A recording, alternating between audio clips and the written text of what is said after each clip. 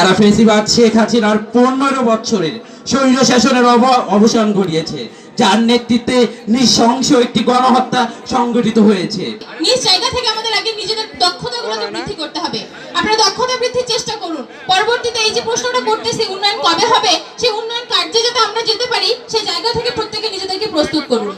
গণ অভ্যুত্থানের প্রেরণায় শহীদ পরিবারের সাথে সাক্ষাৎ এবং দুর্নীতি, চাঁদাবাজি ও সন্ত্রাসের বিরুদ্ধে কুড়িগ্রামে ছাত্র নাগরিকের সাথে বৈষম্য বিরোধী কেন্দ্রীয় সমন্বয়কদের মতবিনিময় সভা অনুষ্ঠিত হয়েছে। মঙ্গলবার বিকেলে কুড়িগ্রাম সরকারি কলেজ মাঠে এই মতবিনিময় সভার আয়োজন করে বৈষম্য বিরোধী ছাত্র আন্দোলন। এতে বৈষম্য ও দুর্নীতিমুক্ত দেশ করতে কুড়িগ্রাম জেলার বৈষম্য বিরোধী আন্দোলনকারী ছাত্র জনতার সাথে মতামত বিনিময় করেন কেন্দ্রীয় সমন্বয়করা। আপনাদের সাথে একটা মত বিনিময় করার জন্য 24-এর গণ অভ্যুত্থানের যে স্পিরিট, আমরা যারা শহর থেকে শুরু করে একবারে গ্রামের প্রত্যন্ত অঞ্চলের প্রত্যেকটা পরিবারে যেভাবে গণ অভ্যুত্থানের স্পিরিট ঘটেছিল, সকালের দিকে তারা বৈষম্য বিরোধী আন্দোলনের শহীদ পরিবারের বাড়িতে গিয়ে সাক্ষাৎ করেন। পরে বিভিন্ন রাজনৈতিক দল ও প্রশাসনের কর্তা ব্যক্তিদের সাথে মতবিনিময় করেন। এরপর বিকেলে কলেজ মাঠে ছাত্র জনতার মুখে সরাসরি বিভিন্ন দপ্তরে অনিয়ম, দুর্নীতি ও আশা আকাঙ্ক্ষার কথা শোনেন তারা।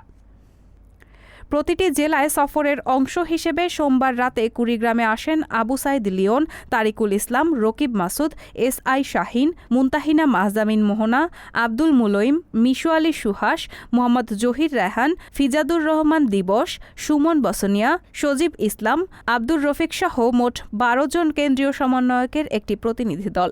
কেন্দ্রীয় সমন্বয়ক মুনতাহিনা মাহজামিন মোহনা ও মিশু আলী সুহাস জানান, বৈষম্য বিরোধী ছাত্র আন্দোলনের 9টি প্রতিনিধি দল গোটা বাংলাদেশের জেলা ও বিভাগগুলোতে সফরে বের হয়েছে। এর উদ্দেশ্য হল গত 5 আগস্টের গণ অভ্যুত্থানে দেশের মানুষের সর্বস্তরের মানুষের স্বতঃস্ফূর্ত অংশগ্রহণ। গণ অভ্যুত্থানে অংশ নেওয়া ছাত্র জনতার দাবি ও প্রত্যাশা জানাই এই সফরের উদ্দেশ্য। সমন্বয়করা বলেন, স্বৈরাচার পতনের পর নতুন বাংলাদেশ বিনির্মাণে ছাত্র জনতার যে অবদান তার ভিত্তিতেই নতুন বাংলাদেশ নির্মাণ করা হবে। সেই ধারাবাহিকতার অংশ হিসেবে প্রত্যেক জেলায় জেলায় আমাদের এই চলমান সফর। তরুণ প্রজন্মের মতামত জানা এবং তা বাস্তবায়নই আমাদের মূল লক্ষ্য। রায়হানা মুন, সবার কথা।